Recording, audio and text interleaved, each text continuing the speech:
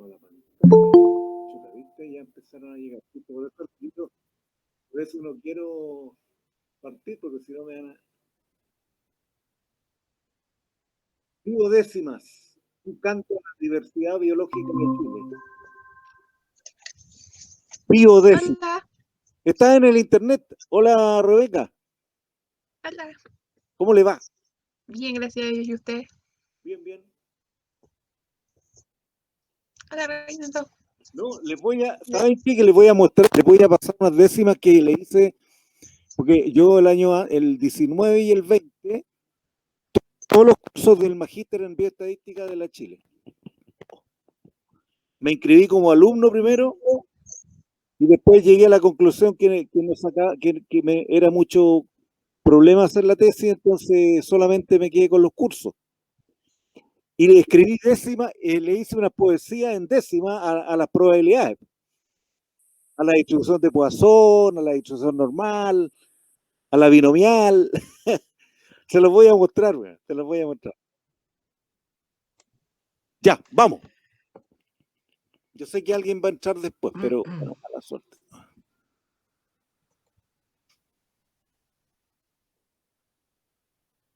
Esta es la, como les decía, esta clase, como yo creo que es una especie de bonus, porque no la vamos a evaluar, pero creo que es importante que tengan la mirada también de la ecología de ecosistemas. ¿Ya? Voy a... Ahí.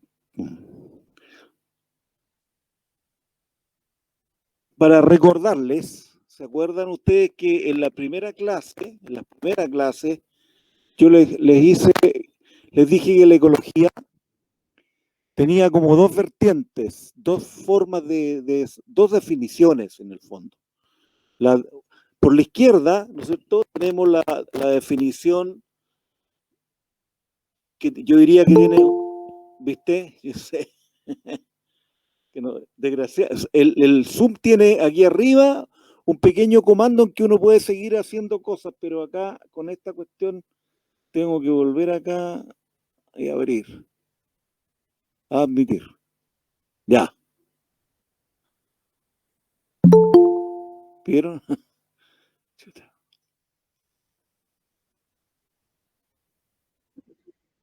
Ya. Sigo entonces.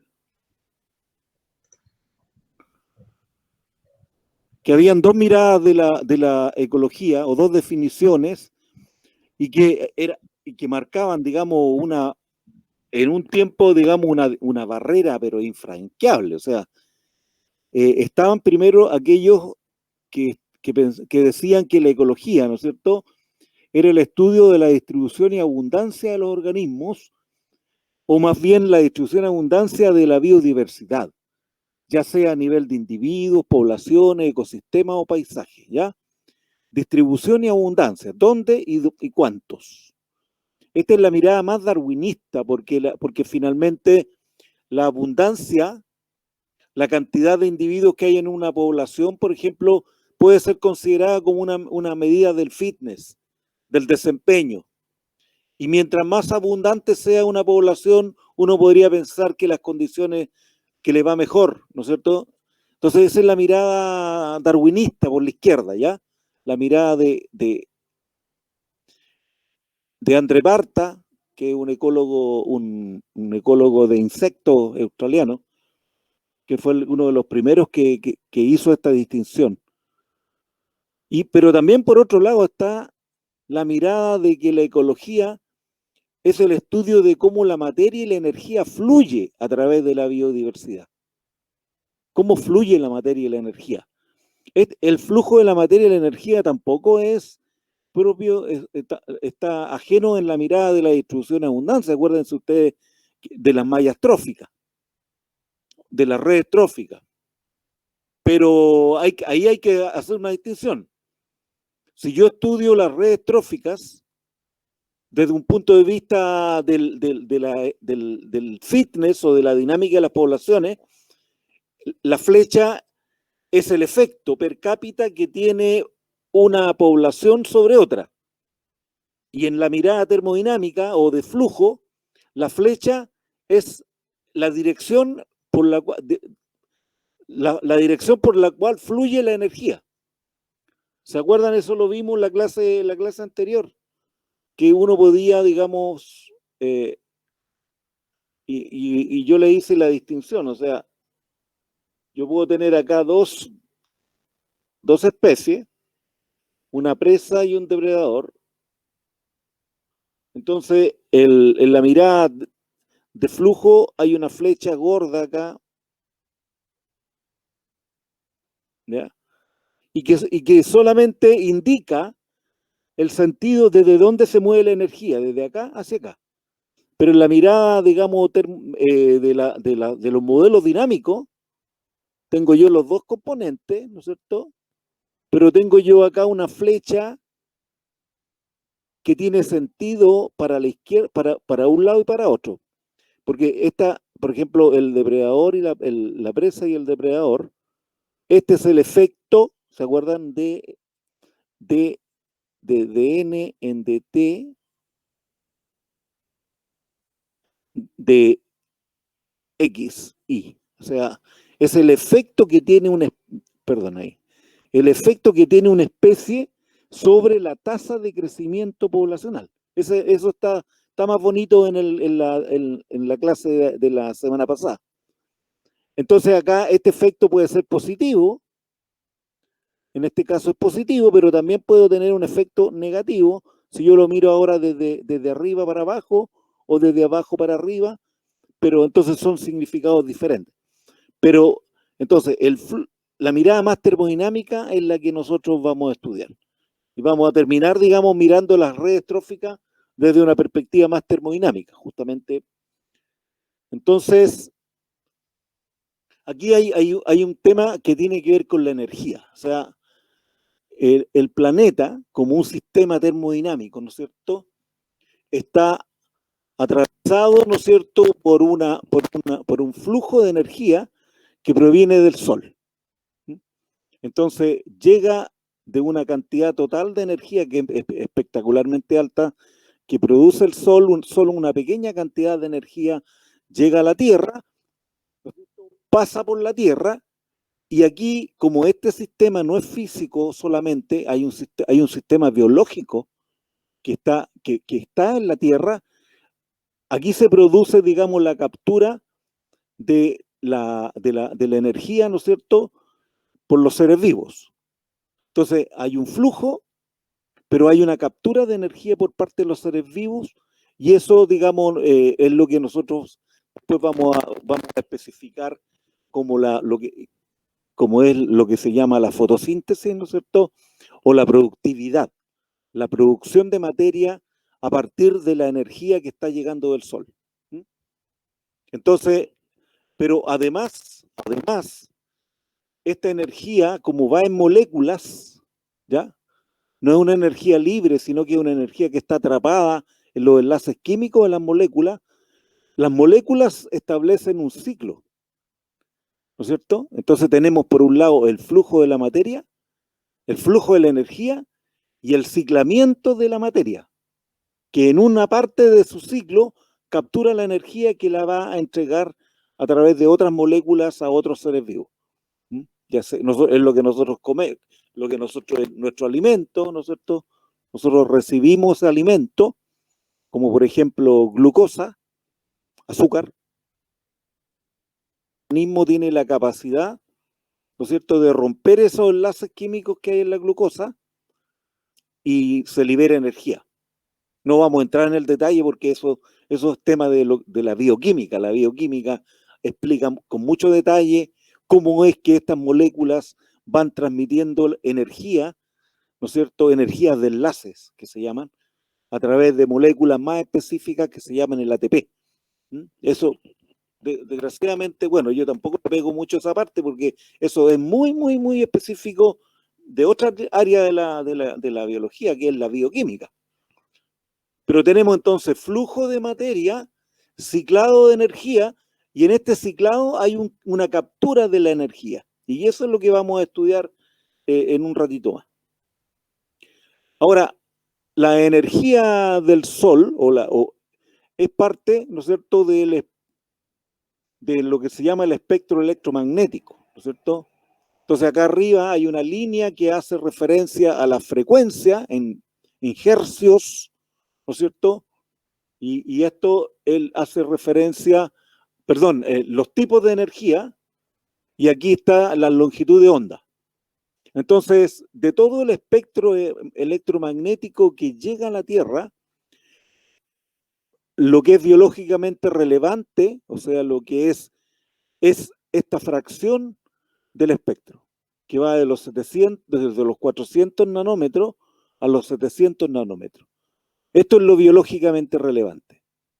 El resto, bueno, nosotros sabemos que nos atraviesa, y si hay mucha energía de ese tipo podemos sufrir daños. Por ejemplo, la radiación gamma es muy energética, ¿no es cierto? Pero también tenemos las ondas calóricas, la radiación infrarroja, pero nosotros no usamos esa energía. Los seres vivos evolucionaron para capturar esta energía que hay acá, y que va desde los 400 a los 800 nanómetros, que además es lo que se llama la luz visible, ¿no es cierto? Entonces la energía fluye entre los seres vivos y la energía solar, digamos, la energía del cuerpo. Solo los organismos fotosintéticos, las plantas, pueden capturar esa energía a través de un proceso que se llama fotosíntesis.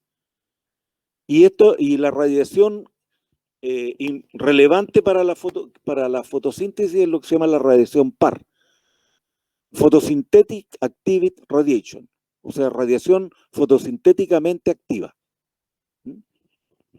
Entonces, este es el punto de partida, digamos. Del Sol viene una cantidad de energía que nos atraviesa, ¿no es cierto? Y los seres vivos son capaces de capturar solamente una parte de esa energía. La capturan a través de procesos de fotosíntesis, fundamentalmente. Hay otras maneras de capturar energía, pero no vamos a entrar en ese detalle porque eso incluso no está muy bien estudiado tampoco. Entonces, las plantas verdes, ¿no es cierto?, son o autótrofas fotosintéticas, ¿no es cierto?, son son los seres vivos que tienen la capacidad de hacer esta gracia, o sea, de tomar esa energía del sol y transformarla en energía química para poder disponer de ella en otro momento para la planta o ser transferida, ¿no es cierto?, a otro organismo cuando se produce la alimentación de ese organismo sobre la planta y después la alimentación de otro organismo sobre ese organismo, y ahí se producen las redes tróficas. Pero la base inicial son las plantas, son particularmente las hojas, que tienen toda una estructura. Aquí solamente estoy mencionando de que hay el mesófilo, que se llama, este es un corte de una hoja, un corte, tiene células cargadas de cloroplastos, ¿no es cierto?, que son estas estructuras, estos corpúsculos celulares que están dentro de la célula vegetal. Esta es una célula vegetal, ahí está el núcleo, ahí están los cloroplastos, y si uno hace un corte de esto es bien espectacular, si uno hace un corte, va a encontrar que estos cloroplastos tienen unas estructuras bien complejas, que se llaman tilacoides, ¿ya? Y es allí, en esa, donde se produce las reacciones, la transformación de la energía solar a energía química. Ahora, la planta tiene, no solamente requiere luz, sino que requiere agua, CO2, ¿no es cierto? Eso lo sabemos, pero también bota gases en el proceso, elimina. Entonces, las hojas son bien complejas porque además tienen estas estructuras, ¿no es cierto?, que se llaman estomas, y que son células que se cierran y se abren, y las plantas tienen la capacidad de controlar eso cuando, por ejemplo, es muy seco, porque se pierde mucha agua, entonces se cierra. Entonces, ahí hay una base física dentro de la cual está ocurriendo el proceso de la fotosíntesis. Entonces, aquí hay un esquema muy general, ¿no es cierto? Lo que tenemos acá, básicamente, ¿no es cierto? Lo que se necesita son estas moléculas, hay un montón de moléculas, de átomos que nosotros necesitamos, pero en el proceso de fotosíntesis, básicamente tenemos carbono. ¿De dónde viene el carbono? El carbono proviene del CO2 que está en el aire, ¿no es cierto? Entonces, este carbono más la luz, a través de un proceso de fotosíntesis, ¿no es cierto?, produce lo que se llama energía útil más calor. Y esta energía útil, lo vemos inmediatamente acá, también se necesita agua, hay agua, está en esta ecuación, CO2 más agua produce esta molécula que es la glucosa. Que allí en el interior de la glucosa está la energía útil que se llama. Esa es la energía que los seres vivos utilizan para poder desarrollar sus actividades a través del consumo de esas sustancias. Y se libera oxígeno. Entonces tenemos, por un lado, la producción de esta molécula de glucosa, ¿no es cierto? Pero por otro lado, la planta en el proceso de fotosíntesis también necesita, ¿no es cierto?, obtener energía. O sea, esta reacción química requiere energía para partir, ¿no es cierto? Y la planta tiene también a su vez, digamos, que obtener esa energía, que probablemente ya la tiene acumulada, y a través de lo que se llama la fotorrespiración o respiración. Entonces, las plantas lo que hacen es capturar el carbono, pero una parte del carbono o de la molécula, de esta molécula, ellas la usan, ¿no es cierto? Y vuelven a eliminar CO2, ¿no es cierto?, al agua, al aire. Y a través de los estomas se produce lo que se llama la transpiración. Entonces aquí aparece el agua, también se va eliminando. Entonces aquí se produce dos ciclos, el ciclo de la fotosíntesis por un lado y el ciclo de la respiración, que es al revés. O sea, yo a partir de la glucosa más oxígeno, la descompongo, esta molécula, ¿no es cierto? La descompongo y produzco CO2 y agua y libero la energía química que necesito para funcionar y que se llama ATP, es el adenosín trifosfato. Y por supuesto se produce calor porque el calor, digamos, es producto de los procesos energéticos que están ocurriendo.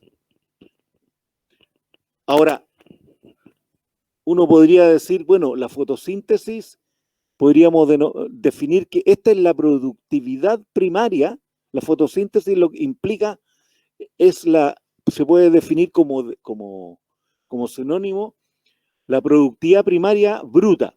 O sea, la cantidad de glucosa que una planta es capaz de capturar, nosotros lo vamos a llamar productividad primaria bruta, PPB. Pero la planta pierde energía, ¿no es cierto?, en sus procesos metabólicos, y eso es lo que se llama respiración. Entonces, aquí hay un balance entre las plantas están en un balance energético entre producción de materia y destrucción de materia a través de la respiración. Entonces, lo que tenemos finalmente es el neto. La productividad primaria neta es la diferencia entre productividad primaria bruta menos la respiración. Obviamente que estas son unidades de energía, ¿eh? La respiración se puede medir, ¿no es cierto? Acá uno puede hacer, si uno se mete al detalle, esto está en las mismas unidades, por así decirlo. Por lo tanto, si yo mido respiración, mido fotosíntesis, resto, yo voy a tener cuál es la productividad primaria neta, cuál es la cantidad de energía que la planta dispone para ella y para los otros seres vivos. ¿Entienden? No sé si queda claro. Entonces la fotosíntesis y la respiración son procesos inversos, pero absolutamente complementarios. En la medida que las plantas producen energía, ellas respiran, pero también nosotros respiramos. Entonces, por otro lado, por eso se llama esta fotorrespiración, que es la respiración que hacen las plantas, pero los otros seres vivos también respiran. Y al respirar, a través de lo que se llama la respiración celular, esto nos lleva a un proceso mucho más general, ¿no es cierto?, en que cualquier animal que tiene glucosa, que accede a la glucosa, la puede descomponer para producir energía química. A ver, permiso, viste que faltaba uno. Perdón, voy a conservar esto. Luciano siempre llega atrasado hasta la última clase. Ya, sigo. ¿Hay alguna duda hasta este momento? Ya.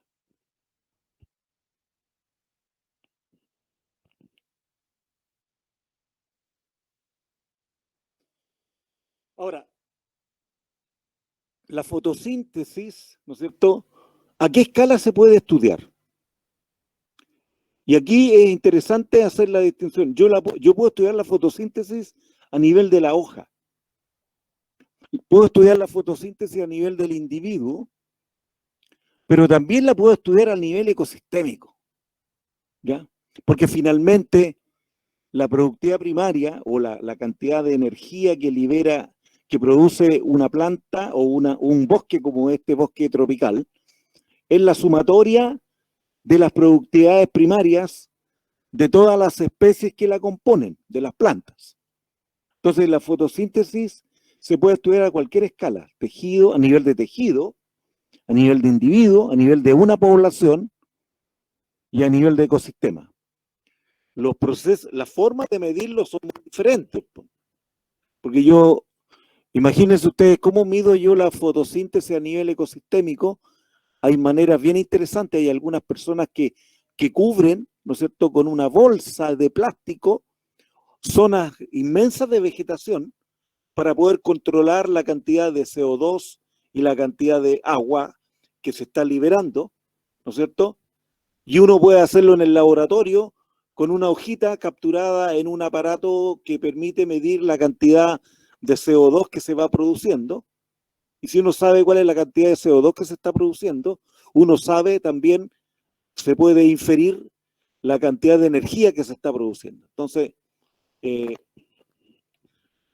si bien es cierto, yo puedo estudiar productividad primaria o fotosíntesis a cualquier escala, los métodos son radicalmente diferentes por las restricciones técnicas nomás, pero básicamente yo puedo estudiar fotosíntesis a nivel planetario incluso, ¿ya? Como les voy a mostrar algunos datos. Ahora, esta idea de estudiar sistémicamente, digamos, la fotosíntesis o la respiración, surge del concepto de ecosistema. Y el concepto de ecosistema es interesante porque hace una diferencia respecto de los conceptos que teníamos nosotros de comunidades, por ejemplo. Porque Tansley dice que hay que estudiar el sistema completo, en el sentido de la física, dice, en el sentido de la física, incluyendo no solamente los complejos organísmicos, sino que también todos los factores físicos que forman lo que nosotros llamamos el ambiente. O sea, en la ecología ecosistema estudia el sistema completo, estudia lo biótico y lo abiótico, ¿ya? Y aquí hay un intercambio continuo de las más variadas clases. Estas variables estos intercambios de materia o energía no solo ocurren entre los vivos, por ejemplo, las relaciones tróficas, sino que también ocurren entre lo vivo y lo no vivo, entre las plantas y la atmósfera, ¿ya? Y el método de estudio, ¿no es cierto? Aquí solamente para recordarles que algo vimos de eso en la primera clase, es la teoría del sistema, en que este von Bertalanffy, el año 1969, él generó una manera de estudiar sistemas. Y un bosque es un ecosistema. Entonces, por ejemplo, si hay un flujo de materia, acá un flujo de materia, perdón, un flujo de energía, va a haber una fuente, va a haber un sumidero y va a haber una válvula que va a estar controlando, ¿no es cierto?, a través de una cierta tasa que puede subir o puede bajar. Entonces él no solamente le da pie a los ecosistemas para ser estudiados, sino que también genera una serie de terminología y modelos. Y generalmente los modelos ecosistémicos son cajas, flechas y válvulas, ¿ya? Que se abren y se cierran. Entonces, la teoría del sistema es la manera que los ecólogos hemos estudiado el ecosistema. Entonces, en la teoría del sistema ya lo vivo y lo no vivo están completamente interrelacionados. En la aproximación más darwiniana, uno puede hacer abstracción, o por lo menos agarrar todo lo abiótico y transformarlo en una bolsa, en una caja negra, que afecta a mi distribución y abundancia, que afecta la temperatura, la cantidad de oxígeno, todo eso, afecta a mis plantas, a mis animales, afecta sus tasas de crecimiento poblacional. Pero en la aproximación ecosistémica, nadie se preguntaba, por ejemplo, si las comunidades afectaban a lo no vivo, ¿ya? Siempre lo no vivo es un factor que afecta a lo vivo. Pero en la teoría de ecosistemas también lo vivo afecta a lo no vivo.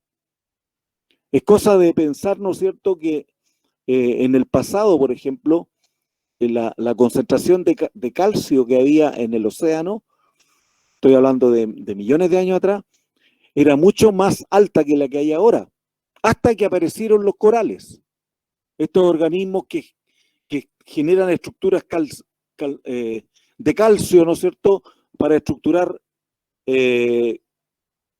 colonias. Y empezaron a sacarle el calcio, ¿no es cierto?, al mar. Y la concentración de calcio que había antes que llegaran los corales, estoy hablando de 300, 400 millones de años atrás, era mucho menor, mucho mayor que la concentración de calcio que hay ahora. O sea, lo vivo y lo no vivo se interaccionan de una manera bionívoca. O sea, si aquí está lo vivo, aquí está lo no vivo.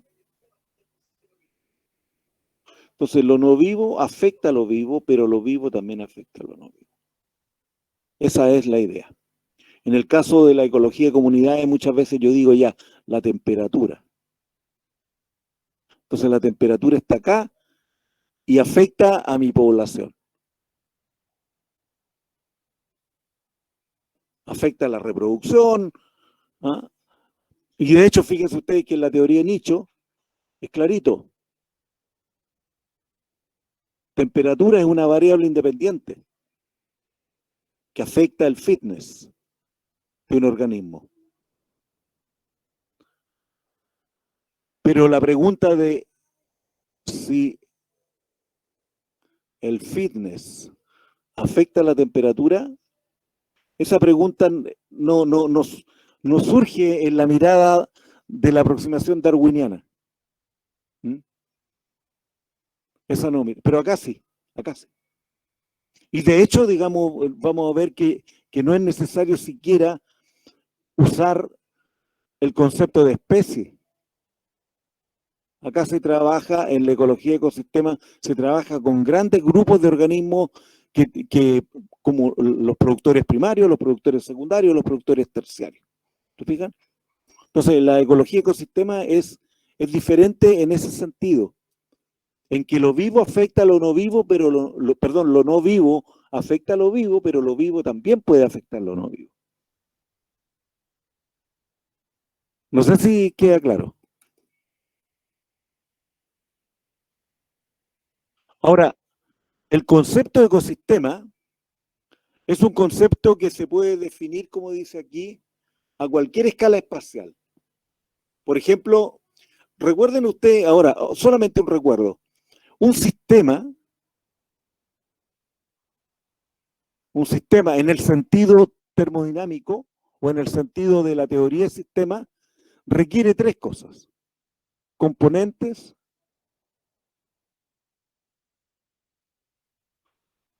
relaciones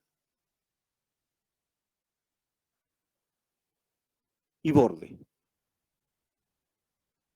Si yo tengo componentes, relaciones y soy más o menos capaz de definir el límite, ¿no es cierto?, de este sistema, entonces tengo acá, este componente puede ser vivo o no vivo.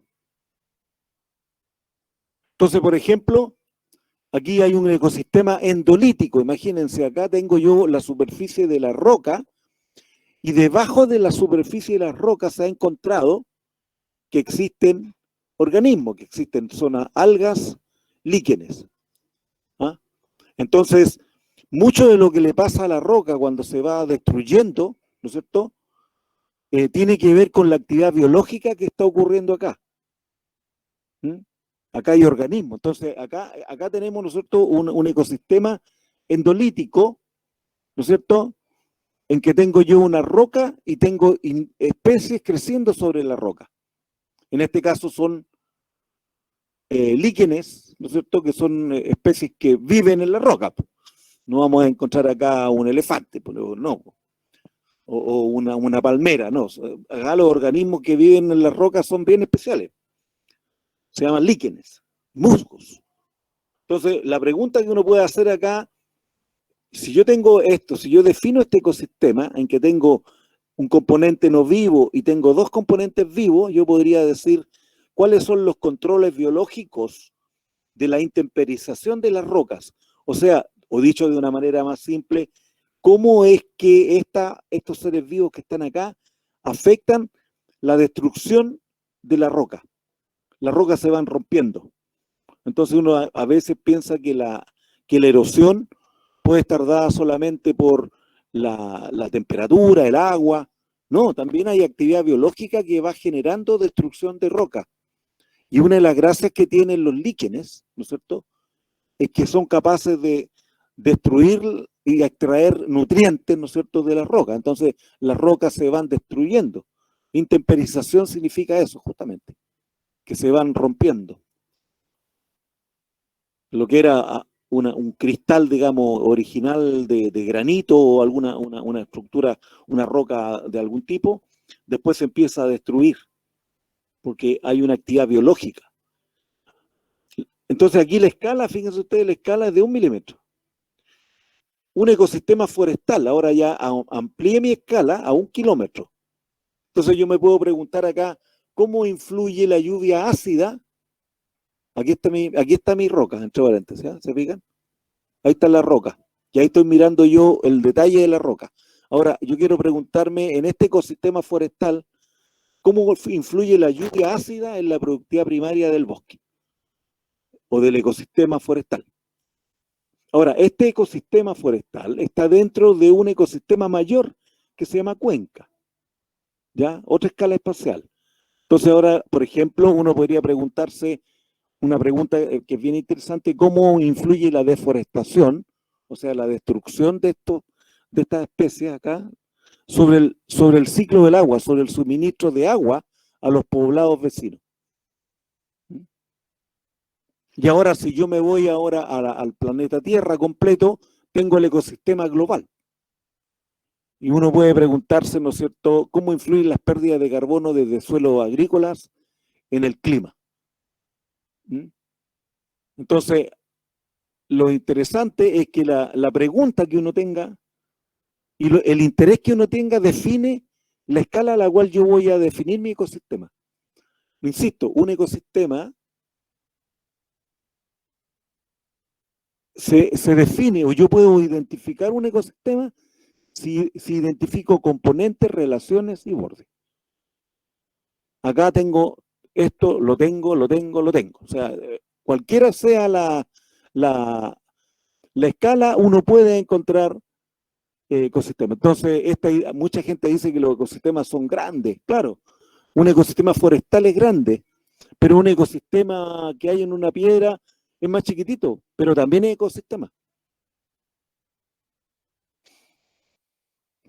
Entonces, la pregunta especifica la escala. Y eso ya de alguna manera lo vimos en la primera clase. Y aquí tenemos como, si ustedes se dan cuenta, una jerarquía anidada. Este es el nivel jerárquico superior, que incluye niveles jerárquicos inferiores, que incluye niveles jerárquicos inferiores, que incluye niveles jerárquicos inferiores. Entonces, esto es lo que se llama una jerarquía anidada, una jerarquía de ecosistemas, pero que es anidada. Uno está dentro de la otra, es como una muñequita rusa. ¿Algún comentario?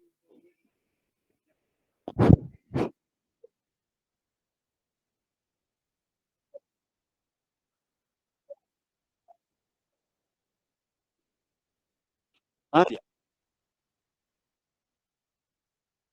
No, la lluvia ácida, la actividad industrial produce azufre. El azufre es uno de los elementos clave, uno de los elementos que produce acidez, ¿ya? Y queda en el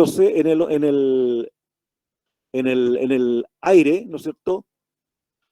Emerge de la industria o de la actividad industrial como SO2. Entonces, ¿qué es lo que pasa? Que el agua tiene una afinidad muy grande sobre estas moléculas. Entonces se empiezan a formar gotitas de agua que tienen en su interior, solamente por enlace, no son enlaces químicos, sino que son afinidad magnética, ¿no es cierto? Entonces, esta es la lluvia ácida, la suma de las gotitas de agua que tienen ácido, que tienen azufre, óxido de azufre. ¿Ya? Entonces esto cae, pum, eso es lluvia ácida. Eso ocurre con más frecuencia, ¿no es cierto?, en lugares donde hay actividad industrial. Por eso cuando uno, después de lluvia, uno dice, oh, qué bonito el cielo, se limpió el cielo. Se limpió el cielo, efectivamente, porque el agua barrió con todo lo que había ahí. El agua es una molécula que yo no sé si ustedes se acuerdan, pero es una de las moléculas más intrigantes de todas las moléculas que existen en la naturaleza. Y entre otras cosas tiene la capacidad de juntarse a través de enlaces magnéticos, no enlaces químicos, con un montón de moléculas. Y por lo tanto, una de ellas son los anhídrido sulfuroso, no, óxido de azufre. No me acuerdo el nombre de SO2, no me acuerdo exactamente, pero ese gas es producido por la actividad industrial. Entonces la lluvia ácida es producto de la actividad humana. Ahora, claro, un volcán también produce azufre. Y claro, los volcanes. Sí, claro que sí, claro. Los volcanes también producen y también puede producirse lluvia ácida. Pero eso es, la frecuencia con lo que eso ocurre es mucho menor, no es tan, o sea, hasta principios del siglo XX estos problemas no existían porque había una línea de base. Los volcanes siempre han existido, pero los sistemas ecológicos son capaces de capturar este azufre y lo tratan, lo descomponen en ácido sulfídrico o incluso se usa para fabricar proteínas porque hay moléculas, hay aminoácidos que tienen azufre. Pero lo que nosotros hemos hecho es llenar de azufre el sistema. Esa es la lluvia ácida.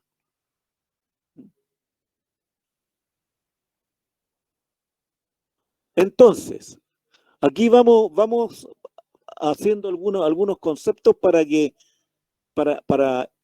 después haciendo la conexión. Entonces yo tengo acá que si yo estoy trabajando a nivel ecosistémico, lo que hace la fotosíntesis es producir materia, producción primaria ¿no es cierto? Y primaria porque es de los seres autótrofos. Son las plantas las que tienen la primera producción primaria. Entonces la producción primaria neta, la ppn, es la cantidad de energía que queda luego que los autótrofos son las plantas. Autótrofo significa que fabrican su alimento. Claro, las plantas fabrican su alimento. Por eso le pusieron autótrofo, o parte por lo menos. Han satisfecho sus propias demandas energéticas. ¿Ya? Es decir, la productividad primaria neta es igual a la productividad primaria bruta menos la respiración o la fotorrespiración. Esto es lo que está disponible para los otros seres vivos. Es la cantidad disponible para los consumidores de un ecosistema. ¿Ya? Y la productividad primaria bruta es sinónimo de fotosíntesis.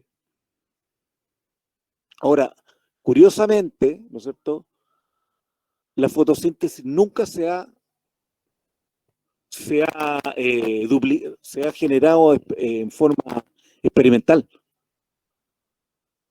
Si nosotros tuviéramos la capacidad de aislarnos del sistema natural y producir nuestros propios alimentos, generar nuestra propia fotosíntesis, sería un golpe, un salto cuántico, digamos.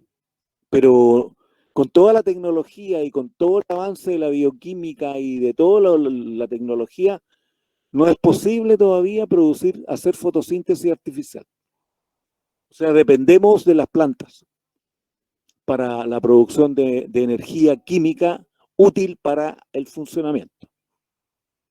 Ahora, la biomasa, eso también es importante tenerlo en cuenta, es la masa seca o energía contenida en los organismos presentes en una unidad de superficie o volumen. Esta es la biomasa. Este es, como por así decirlo, este es el capital, ¿ya? En un momento determinado yo mido y tengo esto. En un ecosistema yo mido el capital. ¿Cuánta biomasa hay aquí? Tanto. ¿Cuánta plata hay en este momento? Ahora, esta biomasa va a aumentar o va a crecer en función de los procesos de producción primaria y después de productividad secundaria, que vaya la salida y la entrada. Por lo tanto, fíjense ustedes las unidades joules por metro cuadrado, ya ni me acuerdo qué es lo que, microgramos, claro, o gramos de carbono. O sea, hay muchas maneras de medir biomasa. Pero entonces lo que tengo yo acá es biomasa. Este es mi variable de estado. Tengo acá fotosíntesis. Y acá tengo respiración.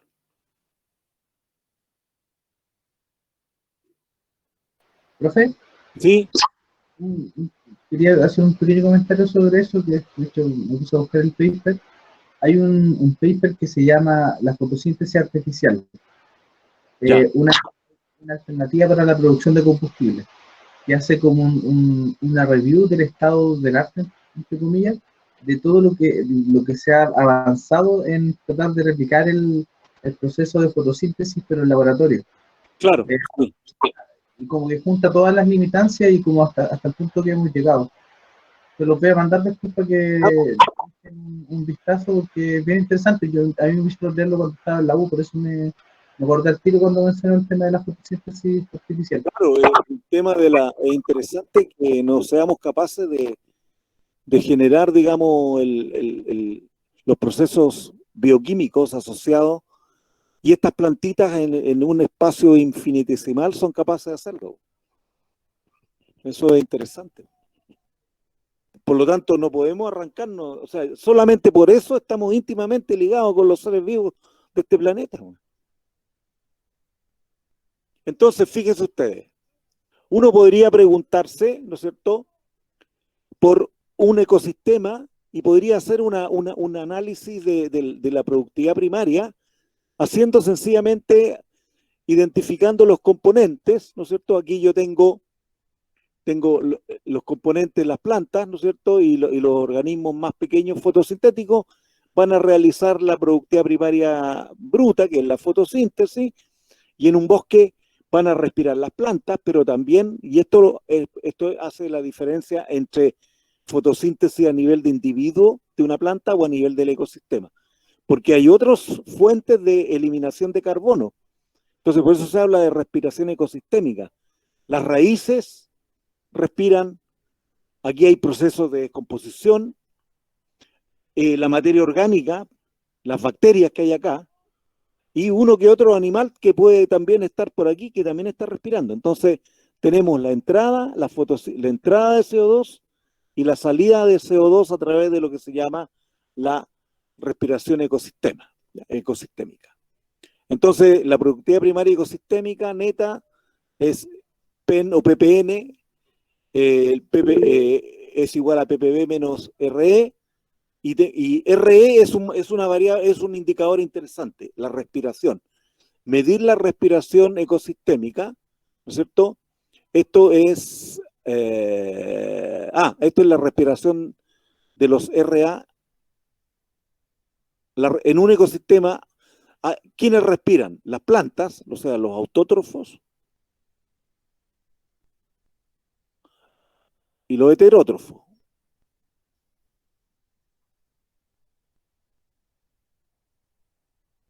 Los heterótrofos son los animales. Autótrofos son plantas. Y los heterótrofos son los no plantas, que pueden ser hongos. Entre paréntesis, los hongos no son plantas. Pertenecen incluso a otro reino. Hongos, animales. Todo tipo de organismo que pueda, digamos, que respira, digamos. Entonces tenemos que la respiración ecosistémica es la suma de la respiración de autótrofos más la respiración de heterótrofos, de todo esto. Entonces acá tenemos, si la productividad primaria bruta es mayor que la respiración, ¿no es cierto? Entonces yo tengo lo que se llama un sumidero de carbono. O sea, aquí se produce más materia que la que se libera. Y estos son los sumideros, se llaman captan carbono. Si la productividad primaria bruta es menor que la respiración ecosistémica, entonces tengo una fuente de carbono. Entonces yo puedo definir, fíjese, componentes del ecosistema. Yo puedo definir fuentes. Si yo conozco estos datos, yo puedo definir cuál es fuente y cuál es sumidero. Entonces, claro, las fuentes producen carbono y este carbono probablemente se va a ir a alguna parte, ¿no? Y podrían ser los sumideros. ¿Ustedes conocen algún sumidero? Nosotros, los seres humanos, dependemos de un sumidero de energía en que en ese momento la producción primaria bruta fue mayor que la respiración ecosistémica. ¿Conocen algún sumidero así cototo que nosotros incluso utilicemos? ¿Ustedes saben de dónde viene el petróleo y el carbón? Son fósiles, son organismos que ellos en su actividad biológica captaron, ¿no es cierto?, energía y la acumularon y después, producto de la sedimentación, quedaron atrapados a miles de kilómetros de la superficie de la Tierra, el petróleo, el carbón. Entonces, nosotros estamos transformando los yacimientos de carbón, que eran sumideros porque están metidos allá abajo, ¿ya? Ahora nosotros lo estamos usando, entonces estamos liberando la energía del petróleo y del carbón, pero también estamos liberando el CO2. Y eso significa, ¿no es cierto?, que hemos agregado sumideros que antes no existían. Al quemar el petróleo y al quemar el carbón, estamos incrementando la concentración de CO2 en la atmósfera. Y esto es lo que se llama el efecto, este es un gas de efecto invernadero. Entonces, la liberación de CO2 por parte de la actividad humana, ¿no es cierto? Ya sea a través del petróleo, del consumo de benzina o los derivados del petróleo y la quema de carbón para actividades industriales que todavía se hacen para la producción de energía eléctrica, ¿no es cierto? Las termoeléctricas, todo esto han incrementado significativamente el CO2. Se me olvidó a mí mostrarles, pero hay un gráfico que es espectacular en Mauna Loa, en la isla de Hawái, que era una estación meteorológica que medía un montón de cosas, entre eso medía la concentración de CO2. Y ellos fueron los primeros que tienen la primera evidencia del incremento de CO2 que es espectacularmente grande en unos pocos años, ¿ya? Mauna Loa. Entonces, el CO2 que estamos nosotros liberando, o sea, esto era una fuente y ahora se transformó en un sumidero, está contribuyendo al cambio climático. Es uno de los elementos que estaría contribuyendo. Entonces, los países lo que están diciendo, hay que bajar los niveles de CO2. Y para bajar los niveles de CO2 tengo que cambiar la matriz energética. Tengo que dejar de quemar petróleo y carbón. Y tengo que buscar otras fuentes de energía.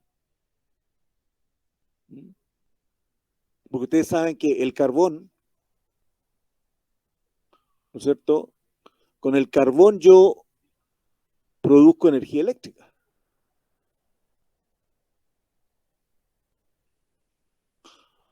Y las locomotoras de carbón producían energía mecánica.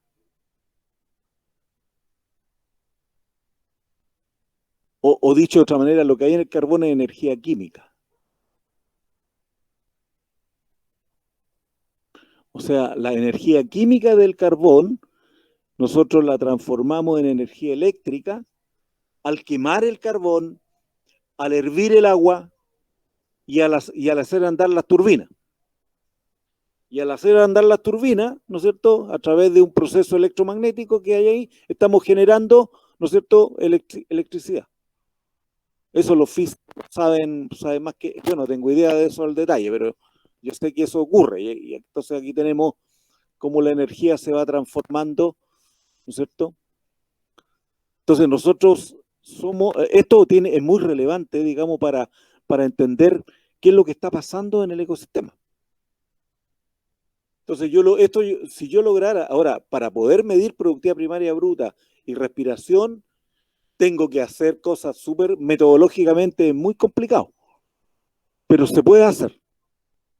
Yo no sé si les pasé a alguno de los de ustedes, les pasé un paper en que sale alguna forma de medir estas cosas. Ya. Aquí un primer resultado de esta aproximación ecosistémica, ¿ya? Bueno, los biogeógrafos y los biólogos vegetales, ¿no es cierto?, han identificado en función de la vegetación qué tipo de vegetación hay esto es un mapa de la vegetación potencial que hay en el planeta, ¿no es cierto? Aquí están las selvas tropicales, ¿ya? A ver, selva tropical. Acá en Chile está el desierto árido. Y esto está determinado, ¿no es cierto?, probablemente por el clima, ¿no es cierto?, las precipitaciones, la temperatura. La vegetación tiene una distribución geográfica que no es aleatoria. Los bosques tropicales se encuentran en el centro, hay vegetación fría, de ambiente frío, la taiga, que entre paréntesis, no sé si ustedes han visto, pero esta vegetación que hay acá, a ver, chuta, espérate, esta es la taiga, se está quemando ahora, se está quemando. Hay unos incendios espectacularmente grandes acá, en este momento, porque estamos entrando al verano del hemisferio norte y bueno, hay incendios. No se sabe la razón, pero ha aumentado la cantidad de incendios acá, pero de manera espectacular. En lugares, y ¿qué es lo que hay en el suelo? en el suelo está congelado, el permafrost. ¿Han oído hablar ustedes del permafrost? Es suelo, aquí está la taiga, aquí hay un pino, generalmente hay pinos, ¿no es cierto? Ahí están los pinitos. Entonces, estos árboles, acá en la taiga, son especies que son capaces de vivir, de meter las raíces por acá y viven en el suelo descongelado. A poquitos centímetros de la superficie ya se nota que está congelado. Con el calor. Ahora, el suelo congelado. Pero ¿qué es lo que hay en el suelo? En el suelo hay materia orgánica.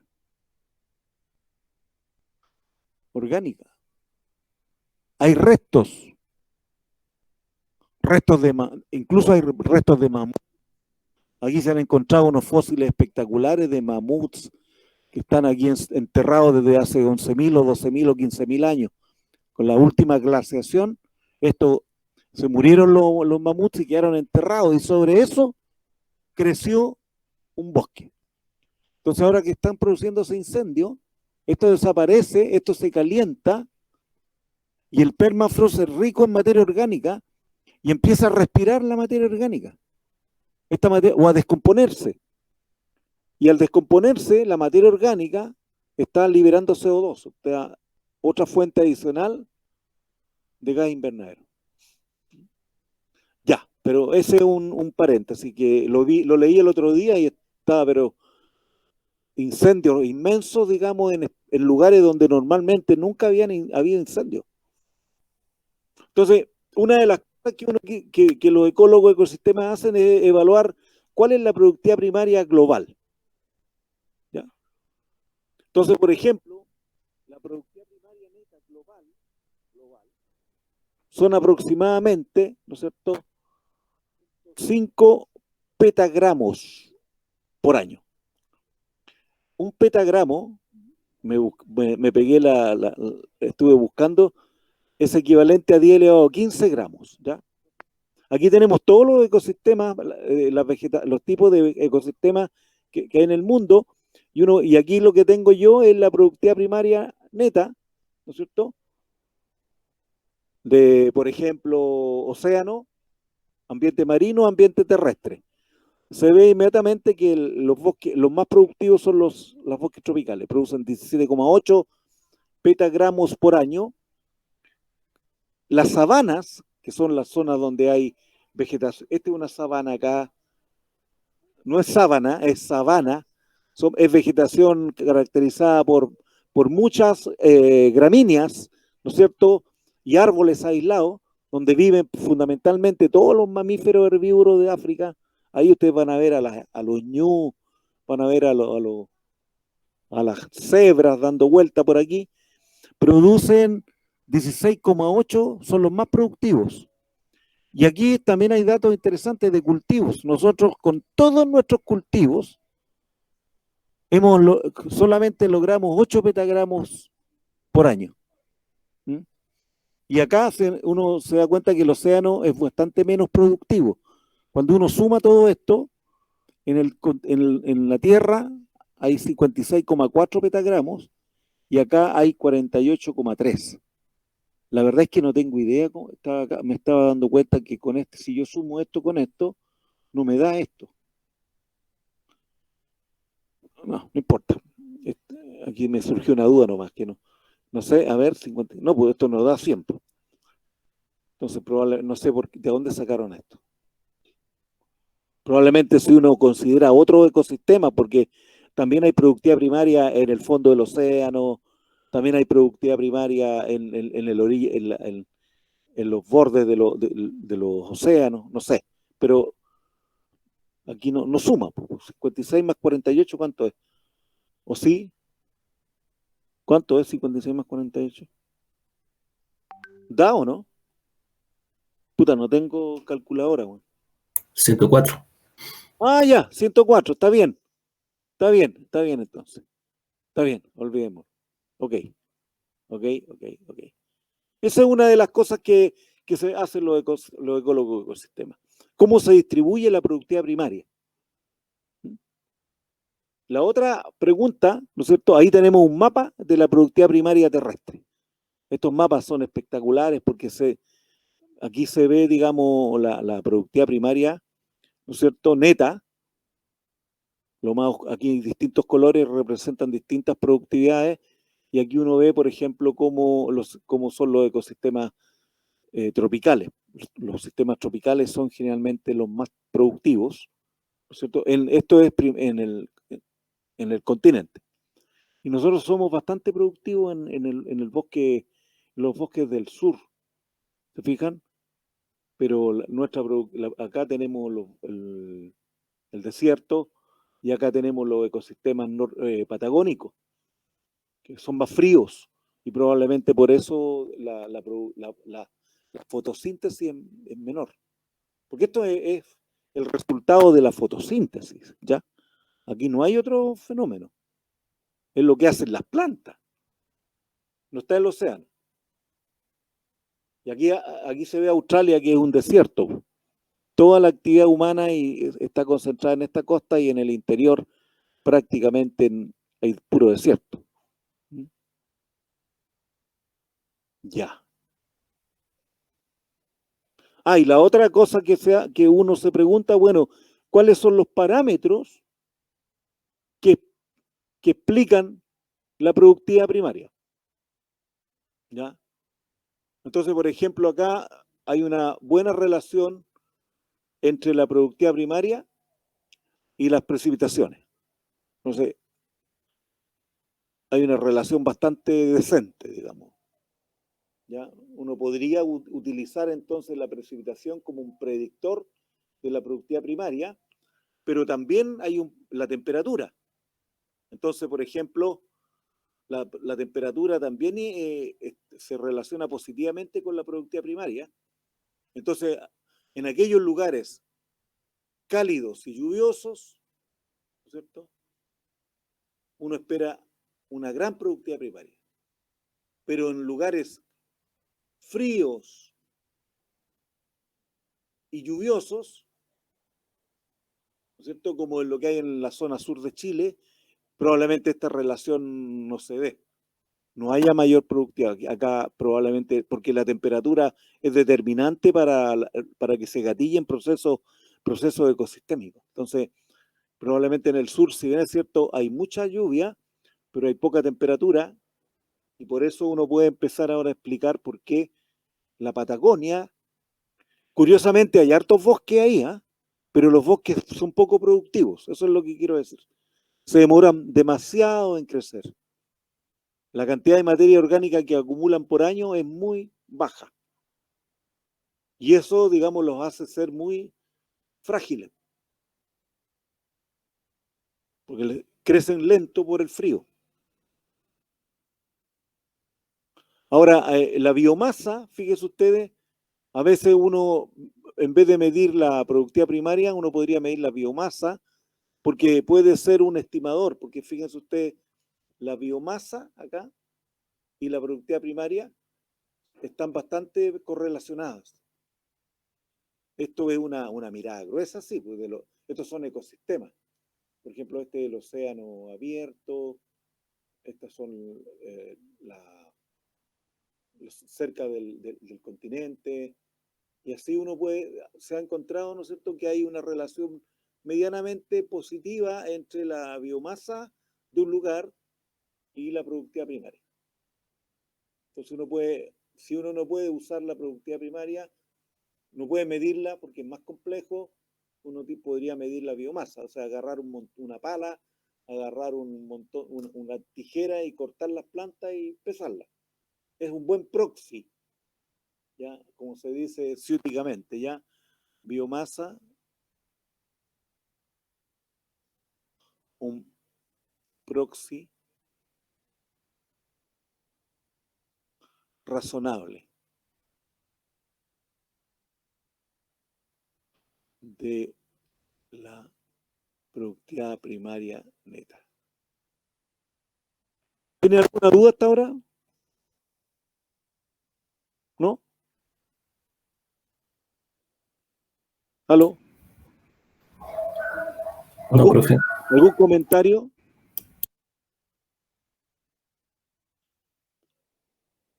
Vamos ahora a la productividad primaria secundaria, ¿ya? O sea, en el otro nivel trófico. Estamos acá en las plantas, los autótrofos.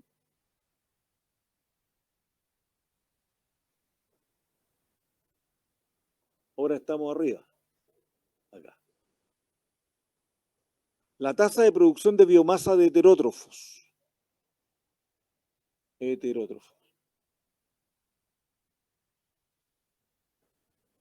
Los consumidores de biomasa.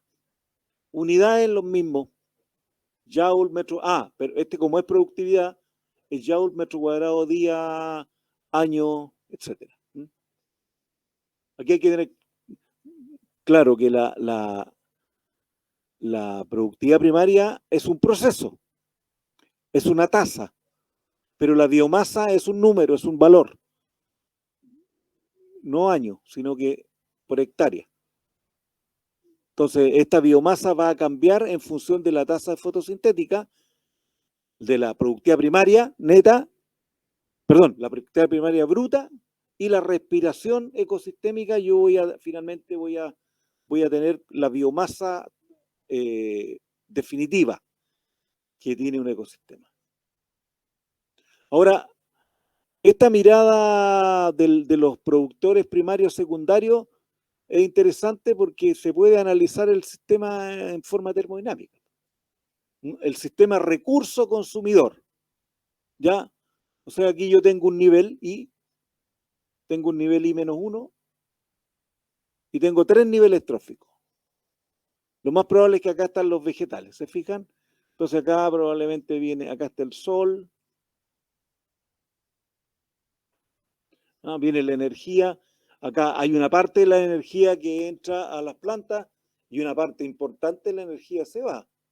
Pero las plantas también respiran. Entonces, aquí hay un porcentaje de plantas disponibles. O sea, esto sería el ppn. Una vez que esta está disponible, llegan los herbívoros, ¿no es cierto? Y aquí establecen una proporción. Pues hay una proporción, una tasa de extracción, ¿no es cierto? O sea, cuánto yo saco, yo consumo una parte, otra no la consumo. Por ejemplo, los animales consumen hojas, no comen, algunos animales no comen ramas, ni comen material que está, digamos, madera, por así decirlo. Después viene la tasa de extracción, la tasa de asimilación, cuánto de lo que yo extraigo asimilo, y finalmente la producción. Y aquí hay una pérdida metabólica que generalmente es calor. ¿Cierto? Entonces, acá viene nuevamente el otro proceso, extracción, asimilación, producción, y finalmente queda la productividad primaria, la productividad secundaria neta del I+1. ¿Ya? Y esta es la productividad secundaria neta del I, del sub I. Y si hay otro nivel trófico, habrá que hacer las restas correspondientes. Entonces, ¿cuáles son las preguntas que se hacen cuando uno entra ya a meterse a lo que son cómo se mueve la energía entre niveles tróficos? ¿Cuál es el porcentaje de eficiencia, por ejemplo? O sea, ¿cuán eficiente, cuál es el porcentaje de eficiencia en extracción, en asimilación y producción? ¿Ya? Y siempre hay algunos números mágicos. Por ejemplo, se dice que si yo considero toda la eficiencia desde un nivel trófico a otro, ese sería un número mágico que algunos, no sé cómo o sea, hay algunos que lo usan así, pero se han medido y no necesariamente, pero el 10%. Y la otra pregunta, ¿cuántos niveles tróficos? ¿Cuántos niveles tróficos yo puedo sostener un sistema, ¿no es cierto? Ahora, el número de niveles tróficos va a ser sustentado por la cantidad de energía basal que haya. Si la productividad primaria neta es muy grande, pueden haber más niveles tróficos. Si la cantidad de productividad primaria neta es baja, lo más probable es que haya menos niveles tróficos. Entonces, por ejemplo, Charles Elton, él desde la perspectiva de la depredación, él anduvo por todo el mundo tratando de responder esta pregunta: ¿cuántos niveles hay en un ecosistema? ¿Ya? Y él dijo que a lo más habían cuatro niveles tróficos. Porque la cantidad de energía que iba quedando era muy pequeña, y por lo tanto los organismos, las poblaciones, estos organismos de los niveles tróficos superiores tenían que hacer demasiado esfuerzo energético para satisfacer sus necesidades.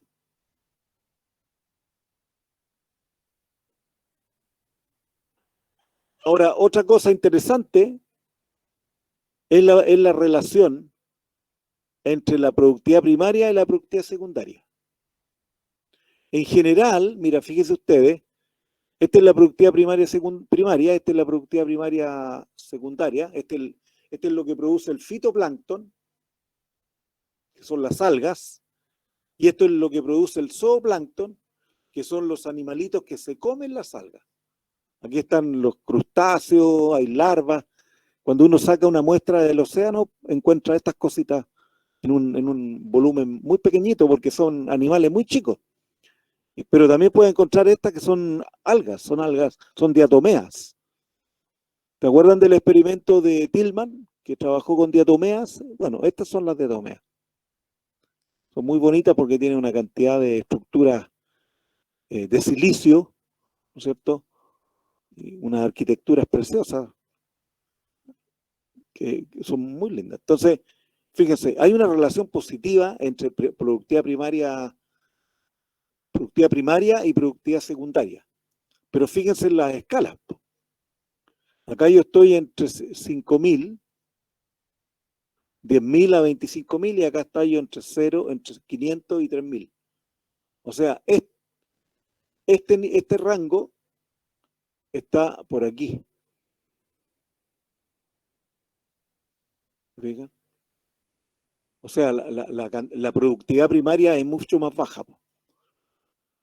O sea, lo que quiero decir es que no hay una pendiente. Si yo usara una regresión, la pendiente de la regresión es mucho menor que 1. Porque la productividad primaria, la productividad primaria es mucho mayor que la productividad primaria secundaria. ¿Se entiende o no?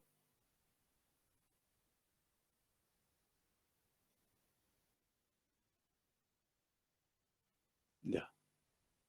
Gracias.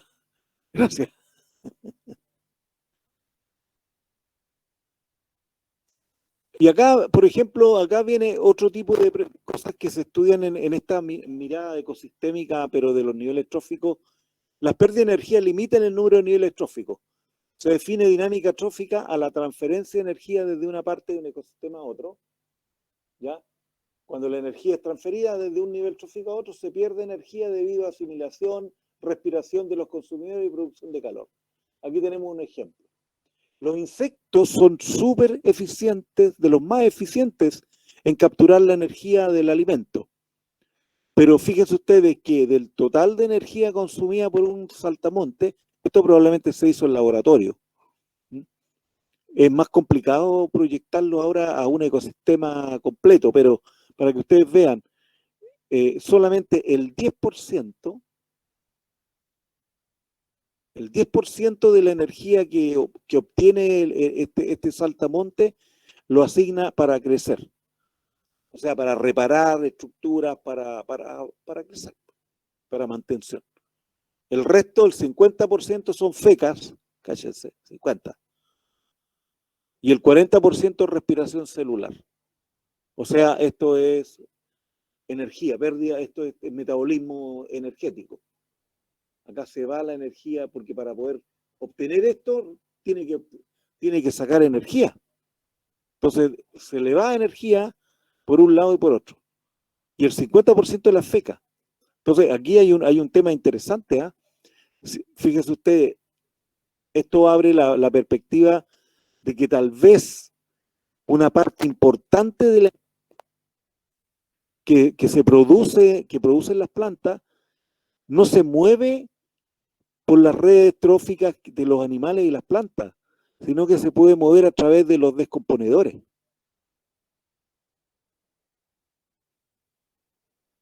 Las fecas, ¿no es cierto?, quedan en el suelo,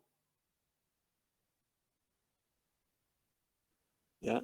Y en el suelo, bueno, acá las fecas pueden ser consumidas por animales, ¿no es cierto?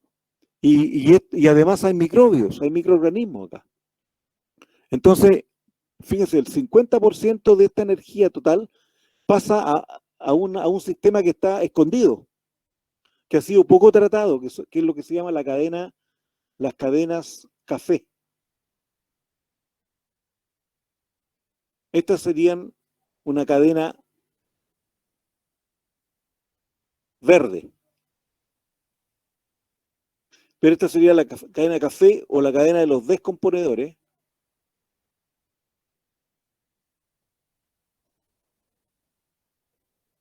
Y esta sería la cadena de los pastoreadores.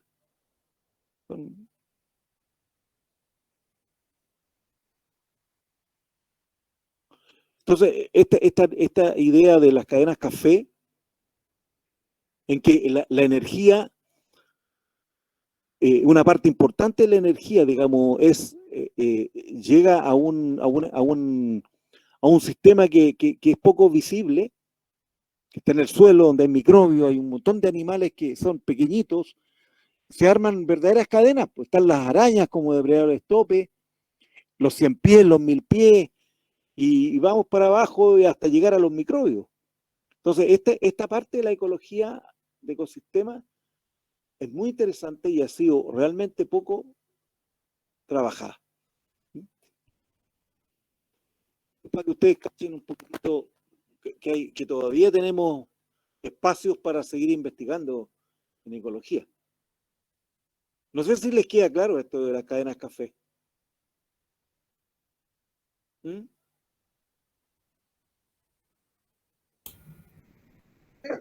Profe, Sí, claro.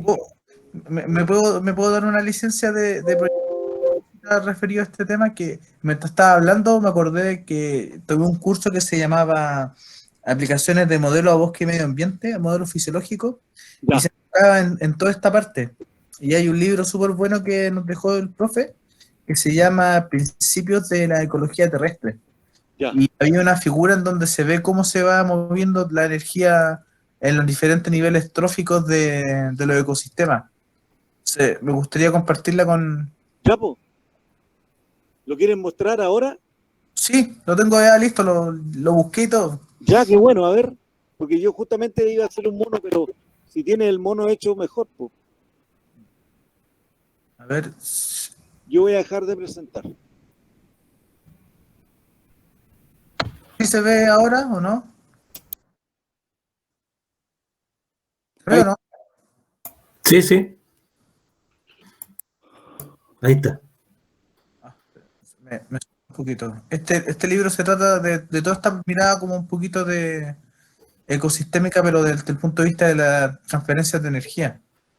Y acá está, bueno, lo que estaba hablando el profe de cómo se distribuye la biomasa entre los distintos niveles tróficos, los productores primarios, los herbívoros, los consumidores primarios, los carnívoros primarios y los carnívoros secundarios. Y cómo es distinto, bueno, aquí hace la comparación que por eso consideraba que era bueno con respecto a la comparación de un ecosistema terrestre versus un ecosistema acuático. Y también en relación al flujo de energía. ya, claro. Mira, las cadenas café, voy a volver a... Sí, yo me salgo al tiro.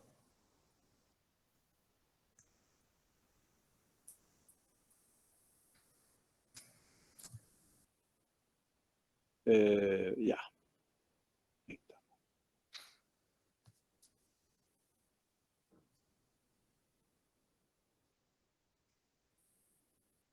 Ah, sol. No, ya. Sol. Voy a ponerla abajo mejor, pues, para que vaya de abajo hacia arriba.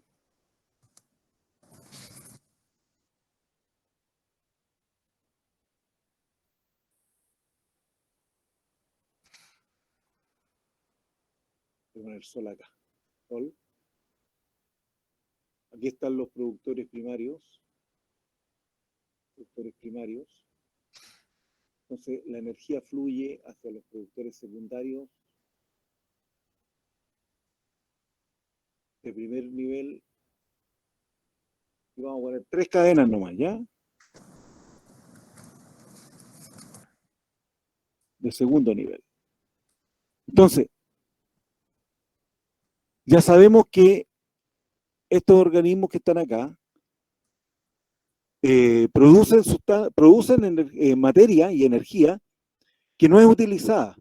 Por lo tanto, vamos a hacer esto, vamos a abrir estas 3 llaves, ¿no es cierto? De hecho, cuando se mueren queda la biomasa ahí botada en el suelo, ya sea para plantas o animales. Entonces, eso es lo que está diciendo eso, que hay una energía que se pierde y queda acumulada. Esto es lo que nos enseñaban a nosotros cuando éramos chicos. Y aquí están los test componedores.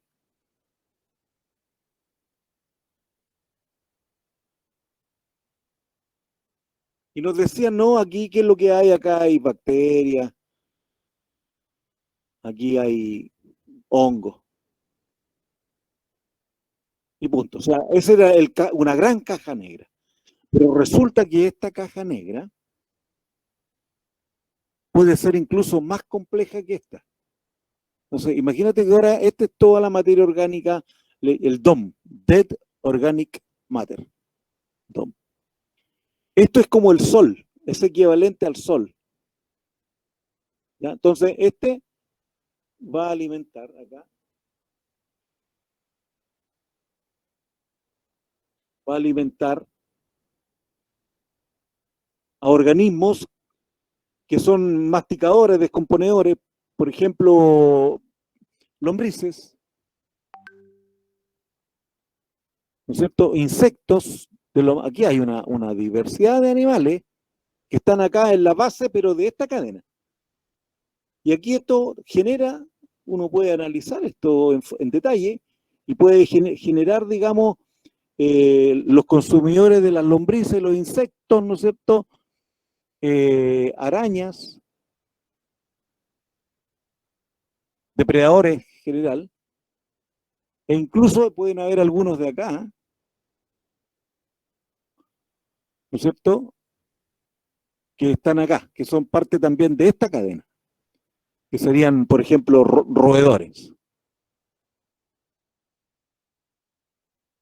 Y en cada uno de estos niveles operan los mismos procesos ecosistémicos y termodinámicos, hay pérdida de energía, ¿no es cierto? Entonces, esta es lo que se llama la cadena café.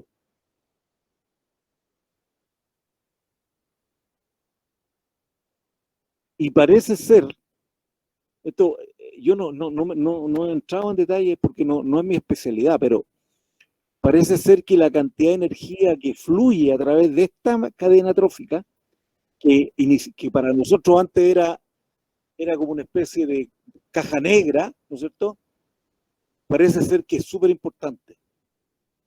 O sea, este es el mundo macroscópico, por así decirlo, y este es el mundo más microscópico del sistema.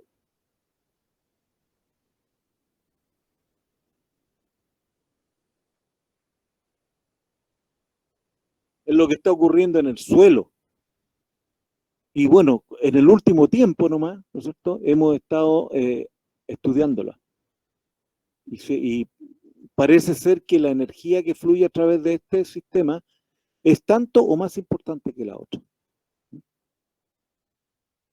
Entonces acá están los organismos, fíjense ustedes que acá, bueno, no tengo tiempo, pero las dinámicas poblacionales de las arañas o de estas lombrices no dependen, se llaman lo que se llaman, ellos tienen un flujo permanente de energía o de alimento, y ellos no controlan ese alimento porque este DOM que está acá, la cantidad de energía que hay acá es controlada por este sistema.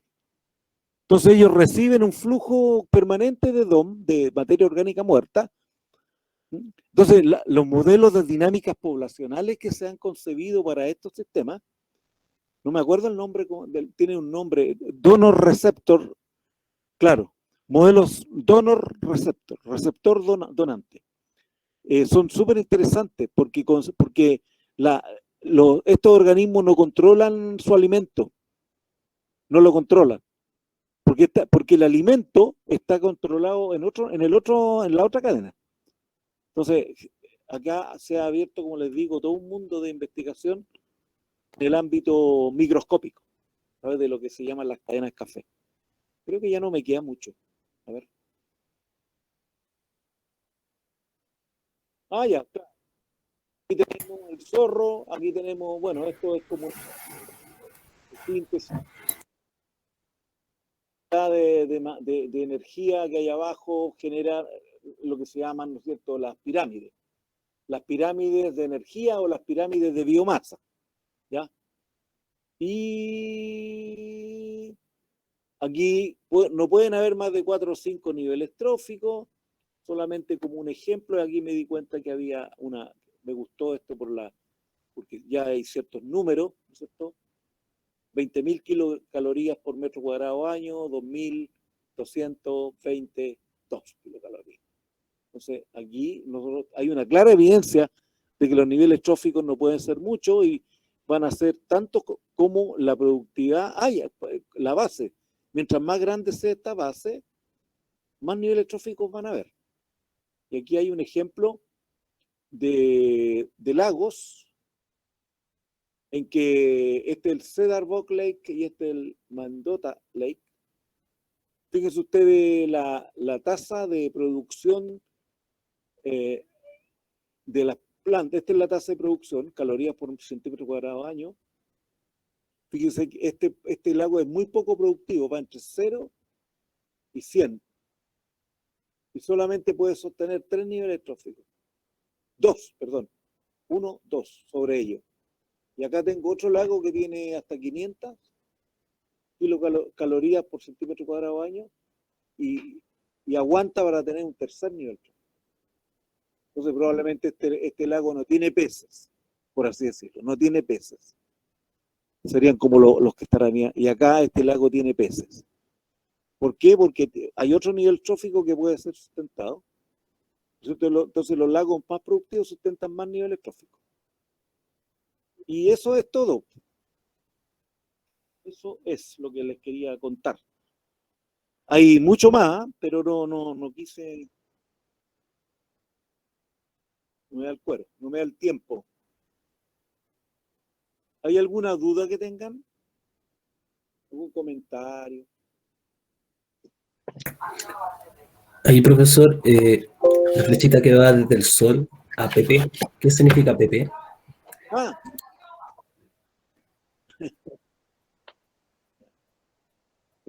Productor primario. Ah, ¿qué? Productor primario. Claro. Productor primario. PP. Se borró.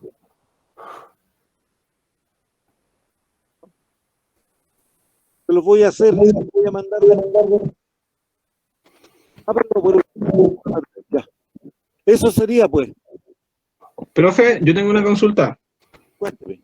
Cuando nos mostró la fuente y los sumideros y nos habló de las válvulas, ¿qué vendrían siendo estas válvulas? Ah, claro, interesante tu pregunta.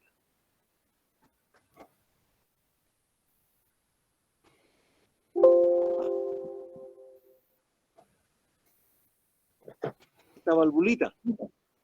Eso. Sí. Estas valvulitas son, o sea, en el fondo, esto es una metáfora de dos. Por ejemplo, si yo tengo agua acá y tengo acá otro recipiente, el agua, la cantidad de agua va a depender de la llavecita que yo le voy metiendo.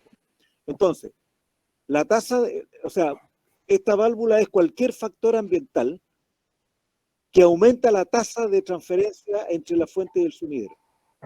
¿Ya? Por ejemplo, podría ser la productividad primaria.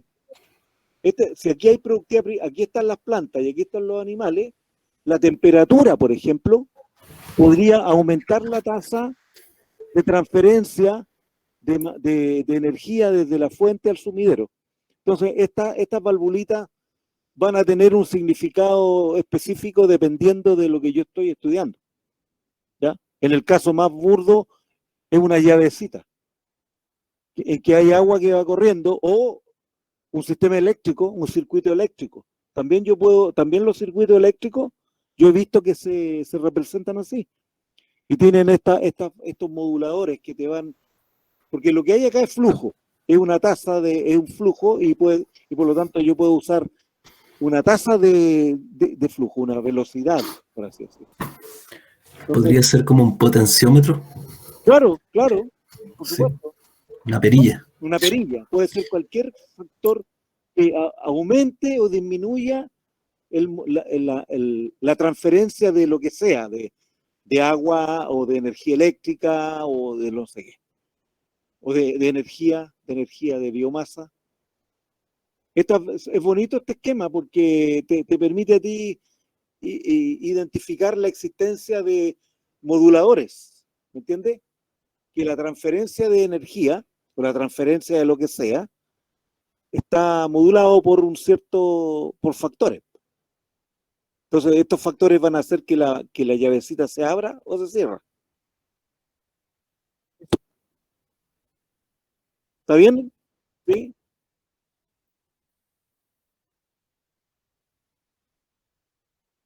Sí, vamos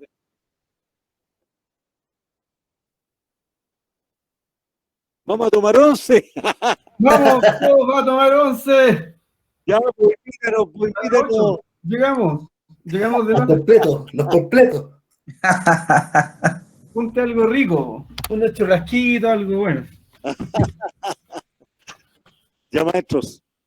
Ok, Bueno, listo. pero espérense, que antes que nada, bueno, la próxima semana tenemos clase, así que ahí vamos a poder darle un cierre al curso también. Y quiero contarles cómo me fue a mí también con ustedes, po.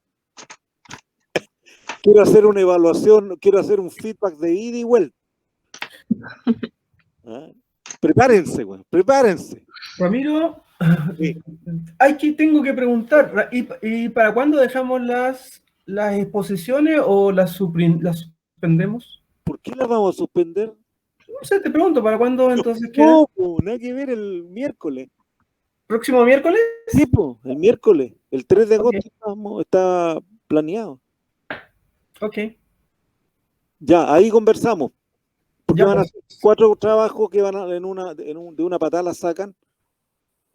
Traten de, ustedes no sé si han presentado trabajos, pero el tiempo se agradece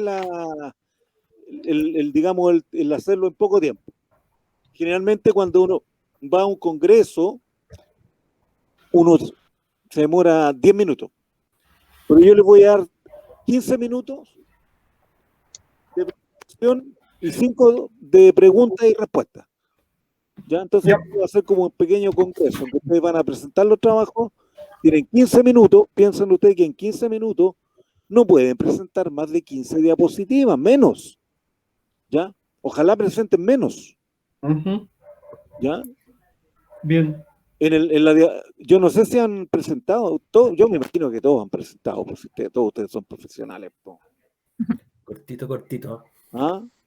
Por ejemplo, Rebeca, ¿tú has hecho presentaciones? Sí, así como de biología cuando estaba en bachillerato, sí, me acuerdo que era bien cortito y nosotros teníamos un post y el profe pasaba, teníamos 10 minutos y empezaban las interrogaciones. Ya, yo voy a tener acá a varios colegas míos que ya los invité ya para hacerles las preguntas, pero por supuesto si esto es como un Oye, le contó. examen público. No, está ¿Para qué ahí. le acordaste, Ronnie? ¿Para qué le acordaste? No, si voy a estar yo solo, no, pero son 15 minutos por presentación. Perdón, 15 minutos por presentación más 5 de preguntas. Ahora, si es menos tiempo, mejor, pues así vamos avanzando más rápido. Vaya a tomar 11, Reinaldo. Chao, nos vemos. Que les vaya bien.